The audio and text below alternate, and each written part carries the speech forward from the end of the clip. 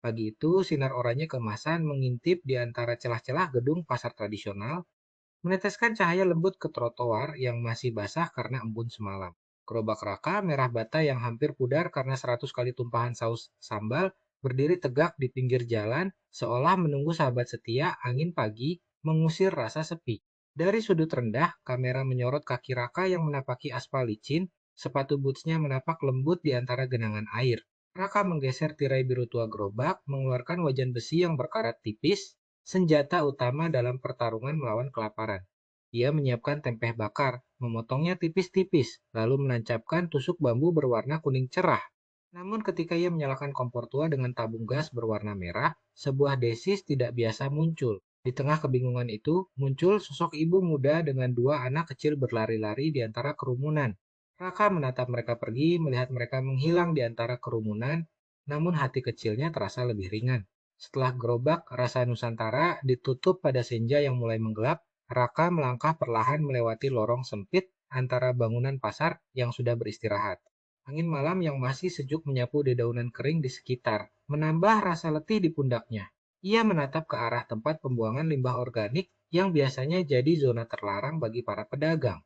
Di sana, tumpukan kantong plastik biru berkilau di bawah cahaya lampu jalan dan kantong kompos coklat menumpuk seperti gunung kecil.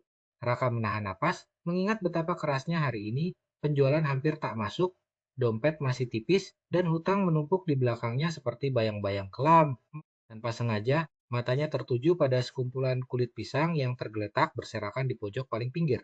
Sebuah ide mengalir cepat, seolah menembus keremangan hati yang selama ini dipenuhi kekhawatiran. Ia membayangkan bila berhasil, kerupuk pisang fermentasi ini bisa dijual dengan harga premium karena keunikan prosesnya. Sebuah nilai jual yang belum banyak dipakai di pasar tradisional. Matahari mulai merunduk di ujung gang sempit ketika Raka menutup gerobak rasa Nusantara untuk pertama kalinya setelah sebulan berjuang menurunkan penjualan. Hawa sore masih menyimpan kehangatan, namun rasa cemas masih menggelayut di dadanya seakan setiap helaan napas menanyakan, apakah masih ada peluang? Ia melangkah pelan menuju toko antik jejak waktu.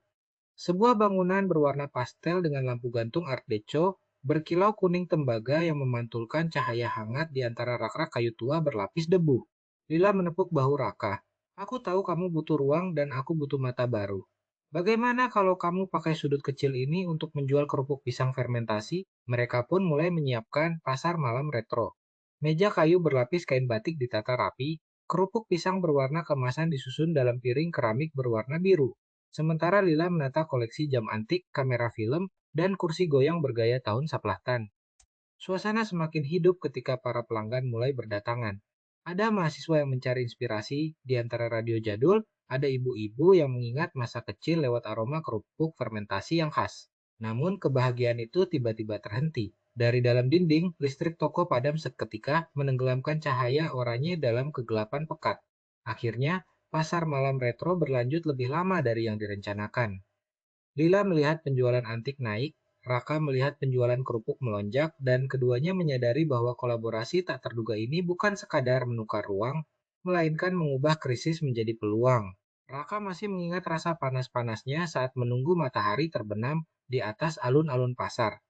Di tangan kanan ia menggenggam secangkir teh hangat, sementara di sebelahnya tergeletak panel surya portabel berwarna hitam mengkilap yang dipinjamkan oleh sahabatnya, insinyur energi terbarukan, Dito. Kalau ini bisa jaga suhu fermentasi, kita bisa selamatkan kerupuk, kata Dito dengan senyum penuh keyakinan sebelum melangkah pergi, meninggalkan panel itu sebagai jaminan kecil di atas meja kayu usang. Matahari pagi meneteskan sinar ke panel itu, menimbulkan kilau putih yang seakan menandakan harapan baru. Raka menyalakan termometer digital dan jarum menempel pada terutari degra salis. Suhu yang selama ini hanya bisa ia jaga dengan cara menyalakan lampu pijar tua pada malam hari. Kini dengan tenaga matahari yang tersimpan di dalam baterai portabel, suhu fermentasi tetap stabil, bahkan ketika angin malam menurunkan suhu sekitar Wamri 2 degrad Celcius. Cukup, seru Raka, menepuk tepatkan sebatang bambu ke dalam adonan tepung singkong yang sedang mengembang, lalu menaburkan bumbu rahasia warisan Mbah. Tidak lama kemudian, lampu neon biru kecil di atas tanda kerupuk fermentasi menyala, menandakan gerobak Raka sudah dipadati pelanggan. Seorang ibu-ibu menunggu dengan sabar sambil memegang handphone, seorang anak kecil melompat kegirangan menggapai kantong berisi kerupuk renyah. Namun, Kebahagiaan itu tak berlangsung lama. Di sela-sela hiruk-pikuk, seorang pegawai pajak muncul dengan membawa tumpukan dokumen berwarna krem bercap merah. "Pak Raka, ada laporan pajak tak terduga yang harus segera dibayar," katanya sambil menyeret setumpuk kertas ke meja. Raka menatap dokumen itu, mata sedikit berkaca. Angka-angka yang tertera jauh melampaui apa yang ia sanggupi. "Kalau tidak dibayar gerobak ini," gumamnya, suaranya bergetar. Raka menghela napas panjang, menutup mata sejenak, lalu membuka kembali. "Tidak, aku cari cara legal dulu," ucapnya tegas kepada pegawai pajak. Ia mengangguk, lalu beralih ke Dito lewat telepon. "Bro, ada peluang lagi.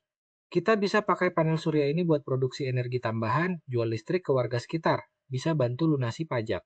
Raka menghela napas dalam-dalam, menatap gerobak usang yang dulu cuma jadi saksi bisu hari-hari penjualannya yang merosot.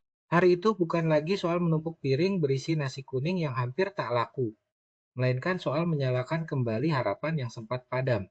Ia menurunkan topi kerja, menggerakkan jari jemari di atas kunci sendok kayu yang tergantung di dadanya, seolah mengingat bisikan bijak Mbah dulu. "Jika tak ada jalan, buatlah jalanmu sendiri." Dengan tekad yang mengalir seperti sungai di sore hari, Raka menolak menjual gerobak. Ia memilih mengajukan program pembiayaan mikro ke komunitas RT Zerwaktu, menjanjikan satu hal, bahwa inovasi sekecil mengolah limbah dapur menjadi kerupuk beraroma rempah bisa menggerakkan roda ekonomi rumah tangga. Pertemuan pertama di Balai RW diwarnai tawa canggung warga yang baru dulu hanya mengenalnya sebagai Pak Raka, si penjual bakso. Namun ketika Raka membuka tas kulit berisi contoh kerupuk singkong yang dipanggang dengan serbuk kelapa dan cabai rawit, mata-mata warga langsung bersinar. Ia menjelaskan, limbah kulit singkong, kulit pisang, atau ampas tempe itu bukan sampah, melainkan bahan baku yang belum dimanfaatkan. Dan dalam heningnya malam yang mulai menjemput, lampu LED tetap menyala, menandakan bahwa harapan, seperti cahaya biru hijau itu, tak pernah padam selama ada tangan yang bersatu menciptakan sesuatu yang baru.